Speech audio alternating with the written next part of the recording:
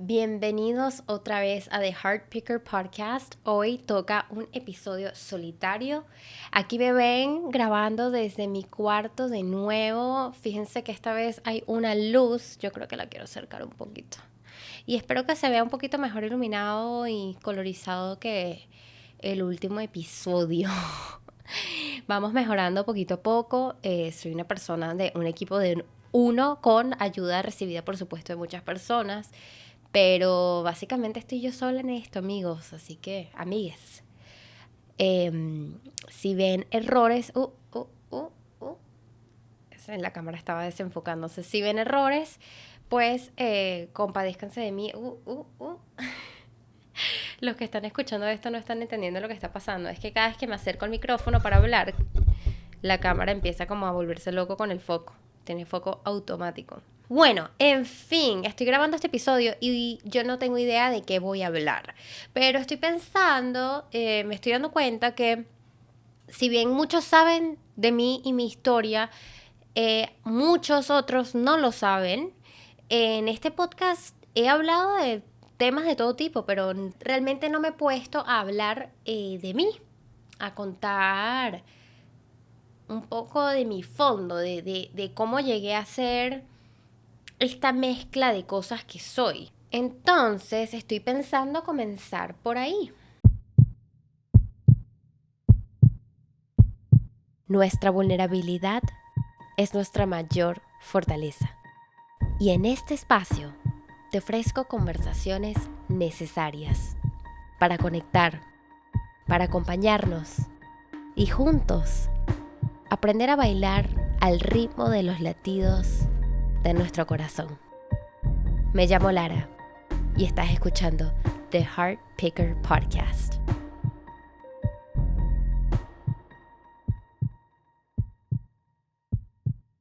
Bueno, ¿por dónde comienzo? Empecé como fotógrafa. Más siempre he sido como muy de escribir también. Escribía poemas, escribía letras de canciones, quería ser cantante demasiado y terminé siendo fotógrafa. Me enamoré de la fotografía por un fotógrafo que se llama James Natchway, fotógrafo de guerra. Lo descubrí en bachillerato y me enamoré y dije, esto es lo que yo quiero hacer. Siempre fui muy sensible a las personas, me gustaba mucho la psicología, leía libros de autoayuda y psicología. Yo sé, un poquito cringe, pero los leía bastante. Y libros de relaciones, me encantaban.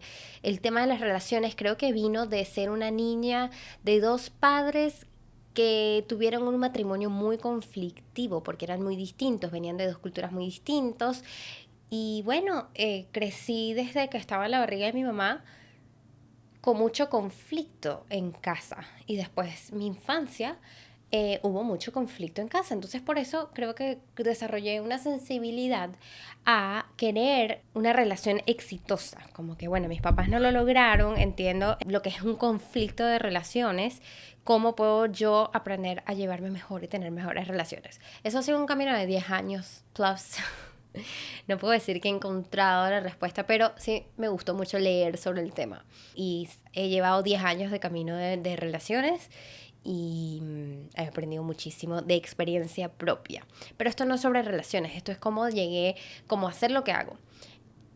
Comento esto porque esto fue lo que influyó que yo tomara la decisión de certificarme como coach.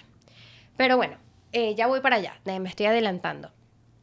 Me convertí fotógrafa en la universidad, estudié fotografía, estudié comunicación social, pero la versión de inglés en Canadá, mi papá es canadiense.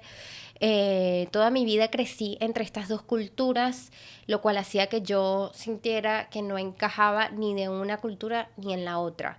Estaba aquí, entonces yo era la gringa o la cifrina, la gringa, como que si hablaba inglés era como que, ay, me da risa que aquí en la cultura venezolana no es como que, wow, qué cool que hablas inglés, ahorita es como que más apreciado y admirado en nuestra vida de adultos, pero de niños era como que, ¿sabes? Era burlarse era más burla, o sea, no me sentía cool por conocer inglés o a saber hablarlo bien. Y En Canadá, más bien, bueno, en Canadá era lo contrario, en Canadá más bien no se burlaban de mí, esto te habla de nuevo mucho de cultura, les encantaba el tema de Venezuela y qué es Venezuela y no sabían nada de Venezuela y querían saber más, les daba mucha curiosidad, pero como les digo, a nivel cultural como que no encajaba porque yo tengo un poco de sentido de humor venezolano, así como tengo, soy una mezcla entre los dos. Entonces, si estoy en Canadá extraño cosas aquí, si estoy aquí extraño cosas allá y siempre ha sido así, siempre ha estado como partida en la mitad, ni uno ni el otro, simplemente una mezcla de ambas cosas. Ahorita lo aprecio mucho, en aquel momento me ocasionaba mucha confusión. Pero bueno, eso desarrolló que yo tuviera como una sensibilidad con las personas, con sus emociones, con expresar las cosas. Por alguna razón me daba mucha curiosidad, bueno, eso lo desarrollé más adelante. Encontré que mi manera de conectar con el otro era conocer su historia. Entonces la fotografía documental me acercaba a eso. ¿Qué pasa? Que después de varios años de hacer fotografía documental, aprendí todo mi camino aquí en Venezuela, cosas como ir al funeral de Chávez cuando se murió, nuestro presidente, para los que oyen que no son de aquí y no saben quién es Chávez, Hugo Chávez Frías, nuestro último presidente antes de Maduro, ya hace 10 años que se murió y hace 10 años yo estaba haciendo fotografías y retratos de las personas que habían ido a verlo. Entonces fui a protestas. Mi comienzo con la fotografía fue muy desde la protesta, desde lo que estaba pasando políticamente aquí. Me perdí de los 2 años más importantes que de donde nacieron unos fotógrafos brillantes, que fue el 2014 y 2017. Por algo la vida no me llevó a vivir eso aquí. Yo estaba estudiando y trabajando en Canadá y simplemente no era viable para mí devolverme. Si yo pudiera volver el tiempo atrás, lo hubiese hecho. Pero por algo pasan las cosas. Sin embargo, pues lo que eran barrios, pueblos, todo lo conocí a través de la fotografía. La fotografía era mi excusa y me encantó. Cuando me voy a Canadá para estudiar fotografía, todo era perfecto en esta ciudad en la que estaba. Yo estaba en Calgary, Alberta, y de verdad que no me hallaba porque yo estaba acostumbrada como al caos, como mi fuente de inspiración. Estaba acostumbrada a las casitas, a los ranchitos, a la imperfección. Y, y en Canadá no, yo no veía eso, ¿no? Todos los temas eran más introspectivos, salud mental. Y era como, bueno, ¿cómo plasmo esto en la fotografía? Yo ahí empecé a hacer más arte, ahí hubo más contacto con arte. Siempre tuve contacto con arte, sobre todo con el collage. Desde chiquita me gustaba la pintura muchísimo y me encantaba el collage. Entonces, en esta escuela de arte, fui a una escuela de arte, pues aprendí a hacer más arte, a conectarme más con el arte, a meterme más con temas introspectivos. Y de ahí nació mis trabajos de collage. ¿Qué hice yo? Quise como reconstruir mis fotografías de mi infancia. Me metí mucho con la infancia, con la memoria, con cómo recordamos nuestra infancia y cómo eso nos apega, cómo eso nos afecta. Supongo que estaba en un proceso de lograr entender y de interpretar y reinterpretar mi historia. Y yo misma buscaba como a través de las fotografías de mi infancia, cortar y pegar a como yo recordaba mi infancia y cuál era como la narrativa en ese momento. Mi narrativa ahorita ha cambiado, pero en ese momento era como buscando entender qué pasó aquí y cómo esto me afectó. Y eso lo hice a través del collage. Recuerdo que tenía una profesora rusa que era muy dura conmigo, tenía sus propios intereses políticos y ella era súper pro Cuba, por ejemplo, pro comunismo. Y no le gustaba para nada mi trabajo de protesta. Hice muchas cosas muy cringe, pero bueno, de Venezuela durante el 2014 para como mostrar, sacar a la luz cosas de Venezuela. Era mi forma de sentirme involucrada. Canté, me pinté de rojos. O sea, hice cosas de nuevo cringe, pero al final ahí hay un aprendizaje importante, que no nos dé miedo de ser cringe. Siempre estamos como juzgándonos. Yo misma me juzgo todo el tiempo. Que cringe esto, que cringe aquello que dije. Uy.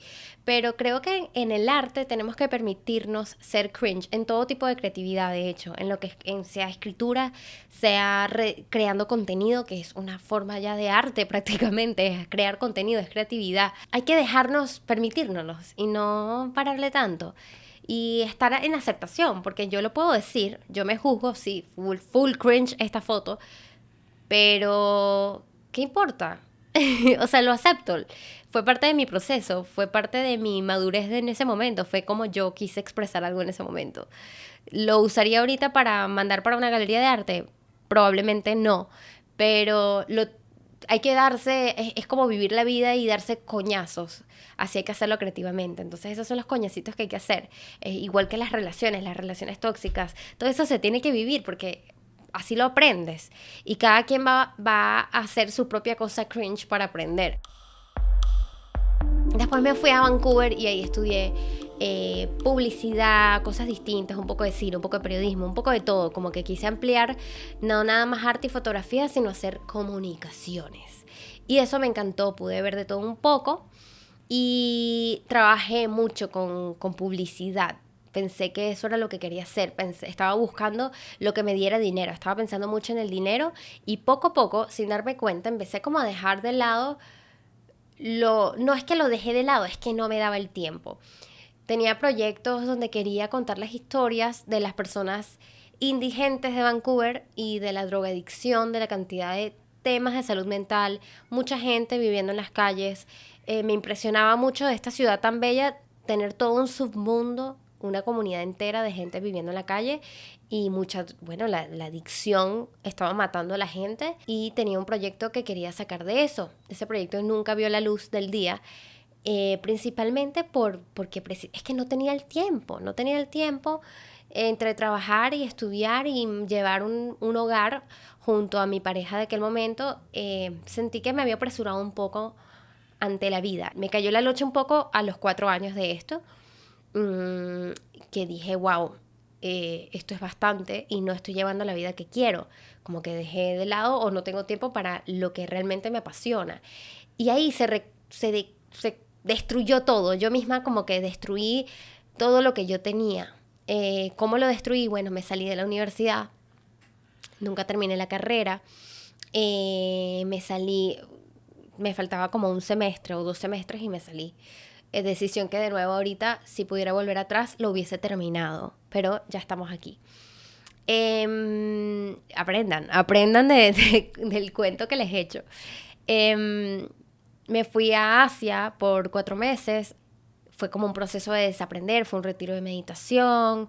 Ese viaje hasta el sol de hoy fue como una película en todo aspecto, todo lo que iba ocurriendo y recuerdo todo al pie de la letra. Algún día espero sacar un libro sobre ese viaje, eso está en proceso y lo comento aquí para mantenerme en compromiso con ese proyecto, que lo he hablado varias veces por Instagram.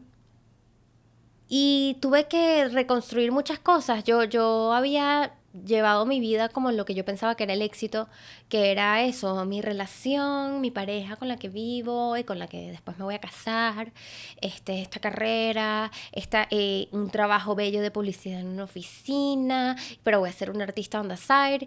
Y me di cuenta que no estaba feliz, no estaba feliz en donde estaba, no estaba satisfecha, pero no sabía por qué, no sabía qué camino tomar, solo sabía que tenía que salir de ahí, salir como que de la burbuja y ver todo en perspectiva. Después de ese viaje, pues terminé, yo me quemé los ahorros en ese viaje, no me arrepiento de esa, pero para nada. Y me lastimé el pie, ya no podía trabajar y decidí que, bueno, era hora de ir a Venezuela. Yo tenía 3 años quizás, creo, 2015, 6, 7, 3 años sin venir a Venezuela, 3 o 4 años, creo que 3. Y me vine pues porque, bueno, quería chequearme el pie. En Canadá el sistema de salud tarda muchísimo. Es muy bueno, pero tardan mucho para que te den una cita. Depende de la emergencia. Y no sabía cómo era la fractura de mi pie.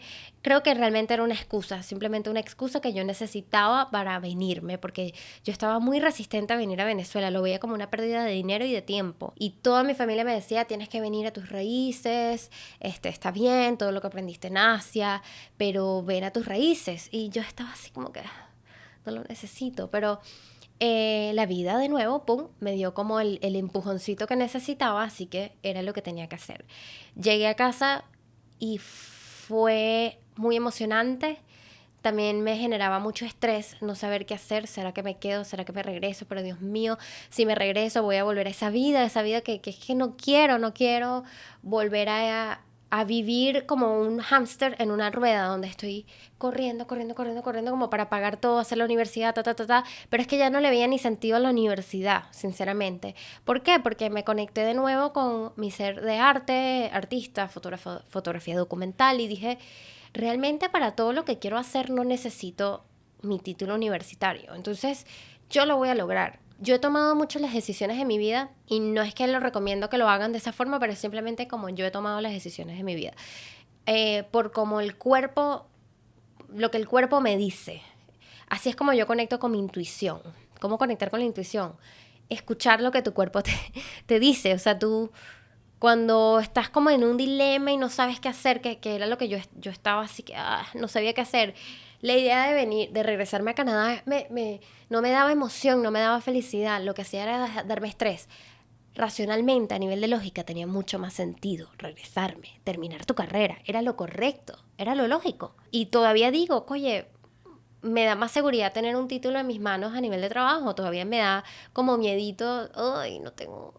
Pero a la misma vez bueno, escuché mi cuerpo, la idea de quedarme me daba mucha emoción y felicidad y era como me quitaba un peso encima y me sentía tranquila y relajada y decidí seguir ese instinto. Yo me había venido con una maletica de muy poca ropa, por cierto. Estaba en la onda minimalista en aquel momento y sí, la meditación, la espiritualidad, el budismo minimalista y cosas que todavía trato de mantener, pero ya a mi propia manera, ¿no? Estaba como en un extremo en aquel momento, típico, cuando uno aprende cosas nuevas, se mete full en esa perspectiva, en esa forma de ver la vida.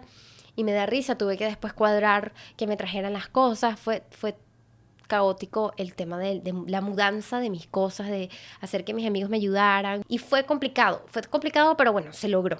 Y llevo aquí los últimos 5 años. Si están escuchando ambulancia, pues discúlpeme, esto es el ruido de Caracas. Entonces, bueno, yo también me vine con la idea de que yo iba a volver a Asia. Yo me enamoré de Asia, sigo enamorada de Asia. Y yo decía, yo voy a trabajar. Trabajaba online como maestra de inglés para estudiantes chinos. Y trabajaba como de 5 de la mañana hasta las 9. Todos los benditos días, a veces y los fines de semana trabajaba en las noches. Entonces, a veces trabajaba hasta las 10 y después salía a rumbear. Y yo decía, yo voy a ahorrar para poder regresarme a Tailandia y voy a vivir mi vida de sueño en Tailandia. Eso es un sueño que todavía tengo, pero no sé, la vida me fue llevando a lugares que yo no me imaginaba. El primer año aquí en Venezuela me dediqué a conectarme otra vez con la fotografía documental, pero creo que a veces las cosas no se dan por algo. Por alguna razón el fotoperiodismo no se me daba y eso a mí me frustraba muchísimo porque yo decía, Dios mío, y ahí empezaban como el pasado, ¿no? Y como un poquito la depresión de qué rabia, ¿por qué no me vine en el 2017? ¿Qué hubiese pasado? De repente ahorita tuviera un trabajo, Washington Post, estaría donde están las brillantes fotoperiodistas mujeres que existen aquí venezolanas, quizás estaría en ese lugar. Y bueno, no se me dio. Ahora viendo hacia atrás yo digo que cuando las cosas no se te dan es por algo, ¿no? Y yo creo, ahora yo a veces veo la vida del fotoperiodista y yo no sé si si es para mí ese estilo de vida y ese estilo de fotografía. A mí me gusta tener mucho control sobre lo que yo hago a nivel de fotográfico y a nivel de contar una historia y ahí siento que no sé qué tanta posibilidad tenía de eso. No sé si me estoy diciendo esto como para confortarme, puede que sí, pero es lo que pienso ahorita. Siempre he querido tener control absoluto de mi tiempo y de mis proyectos creativos y no sé si el fotoperiodismo era el camino para ello. Entonces, continué haciendo mis proyectos, continué enfocándome en mis cosas, hice nuevos collages sobre cómo me sentía. Fue muy difícil el regreso a Venezuela, por más que yo decidí eso, después de un año ya estaba como, sigo aquí, me quería ir, sigo aquí. Empiezan todas estas interpretaciones de Dios mío, soy una fracasada, no logré nada, no logré determinar mi título, este trabajo lo detesto, de nuevo, ¿no? Como, ¿qué voy a hacer con mi vida? Lo llevé con mucha frustración, no lo voy a negar. Lo llevé con mucha frustración y me costó mucho como aceptar las cosas. Pero también me encantó poder como conectar otra vez con el arte y la fotografía documental y utilicé el arte de nuevo, el collage, sobre todo como forma de expresión sobre esto que estaba sintiendo entre el limbo. Sentía que estaba en un limbo y hice un trabajo que se llama Limbo. Veía Venezuela como en un limbo. Y yo me sentía que estaba en un limbo, pero lo que yo veía en Venezuela era lo que también era parte de mí, ¿no? En aquel momento. Y era como que yo buscaba mostrar en el otro lo que estaba en mí. Entonces, qué locura es recordar todo y cuando empiezas a ser tan presente en las cosas, casi que se te van olvidando las cosas del pasado. En fin, ocurrió la pandemia. Ocurrió la pandemia y ya yo llevaba como 2 años trabajando como maestra de inglés y eso lo solté. Dije, ya no más, ya no quiero más. Estoy obstinada. Porque a veces creo que con estos trabajos que te generan dinero, entras en una zona de confort donde ya no tratas de hacer cosas que de verdad te gustan para producir dinero. Y siempre he tenido esta ambición de que yo voy a generar dinero de lo que me gusta. Por más que se vea como imposible o muy difícil, yo lo voy a hacer.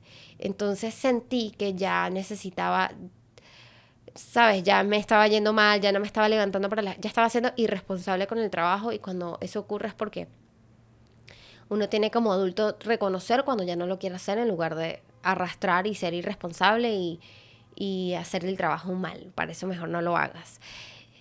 Con la pandemia creé el podcast, me salí de este trabajo, me empecé a certificar como coach ontológico y seguí haciendo arte y seguí haciendo fotografía, quizás más retratos, más moda. Trabajé para 2 películas dirigidas por Liz Framer, para Ex Confessions, que es un proyecto de Erika Lust. Es prácticamente cine pornográfico, pero desde una perspectiva feminista, indie, y donde una mujer Erika Lust, decidió que ella iba a hacer películas eróticas para mujeres y hecho por mujeres. Como tratar de meter más cuál es nuestro rol en este mundo del cine erótico. ¿Dónde está la mujer aquí? ¿Por qué la mujer no tiene voz? Me encantó, lo hice 2 veces, de hecho 2 rodajes y eso de nuevo, fue una experiencia inolvidable a nivel profesional. ¿Dónde estoy ahora? El podcast ha sido mi medio para contar historias, para tener conversaciones, ya que con la fotografía nunca sentía que era suficiente. O sea, yo quería poder darle a la persona la experiencia de escuchar la voz de esa persona. Y con la fotografía, no sé, no lo lograba del todo. No era lo mismo, yo quería poder dar la experiencia, ¿no? Y por eso el cine también me gusta y ojalá algún día yo pueda dirigir, que es algo que siempre me ha encantado, la idea de poder dirigir documentales. Mezclé mucho audio con fotos en Instagram, es algo que me encanta, mezclar audio con fotografía. Pero bueno, este podcast es como mi excusa para hacer mi propia forma de cine, mi propia forma de documental de una forma más digerible para mí, más fácil, más accesible para mí, diría que es la palabra. El cine es un mundo muy grande, muy, muy fuerte y bueno, todavía no me he sentido como en la capacidad de llegar ahí, pero estoy segura que algún día lo haré. Y bueno, el coaching ontológico me enseñó a mí mucho a crecer, a aprender, a ser la protagonista de mi vida y me enamoré del coaching ontológico y decidí que voy a ser coach a mi propia forma, a mi propia manera. Entonces ahora es increíble cómo tengo una vida dividida en 1000 cosas, ¿no? Escribo, hago collage, hago fotografía y a la vez tengo este podcast y a la vez tengo mis clientes de coaching y espero poco a poco ir sacando más y más proyectos donde pueda conectar y estoy poco a poco acercándome a conectar mi economía, mi estabilidad económica con mis propósitos, con mis pasiones. Es un camino que ha sido largo, es un camino que ha tomado mucho sacrificio. Sigo en ese camino, pero me siento más cerca y eso me tiene muy contenta.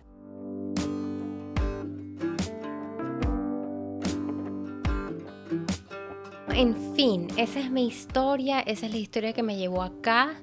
Espero que de repente algo les resuene o hayan aprendido algo y bueno, sobre todo que me conozcan mejor.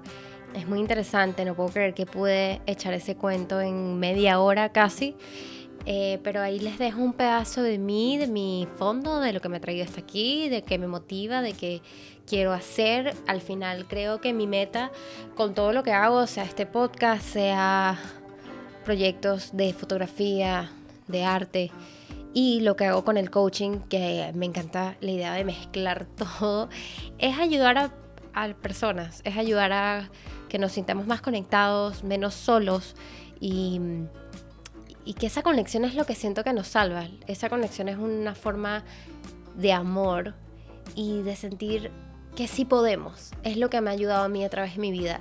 El conectar con otras personas, el conectar con la historia de otras personas, conocer a otras personas y darme cuenta de qué hicieron ellos, cómo vivieron ellos. Creo que no nos damos cuenta de que al final como seres humanos todos estamos viviendo lo mismo, todos estamos en el mismo barco, estamos con los mismos problemas, los mismos sentimientos. Sí, ok, son distintos tipos de problemas, unos serán más económicos, otros emocionales, pero es que todos tenemos este tema del vivir.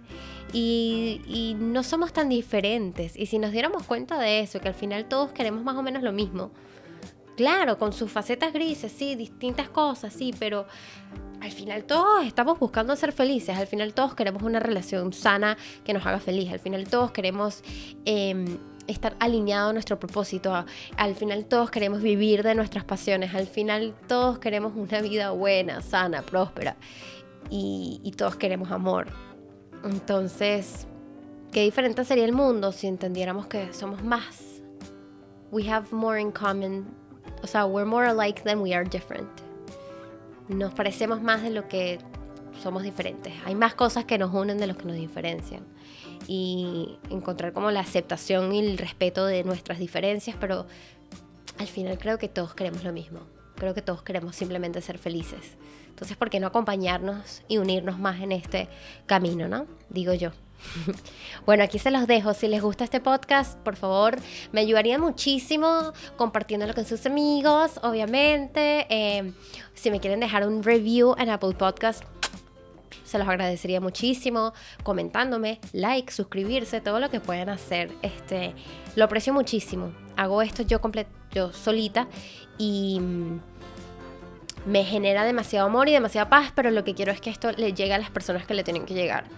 Entonces, si esto resuena contigo, cualquiera de esas opciones ayudaría a que esto continúe. Les mando un abrazo fuertísimo, un besote enorme y nos vemos en la próxima conversación del domingo que viene. Un besito.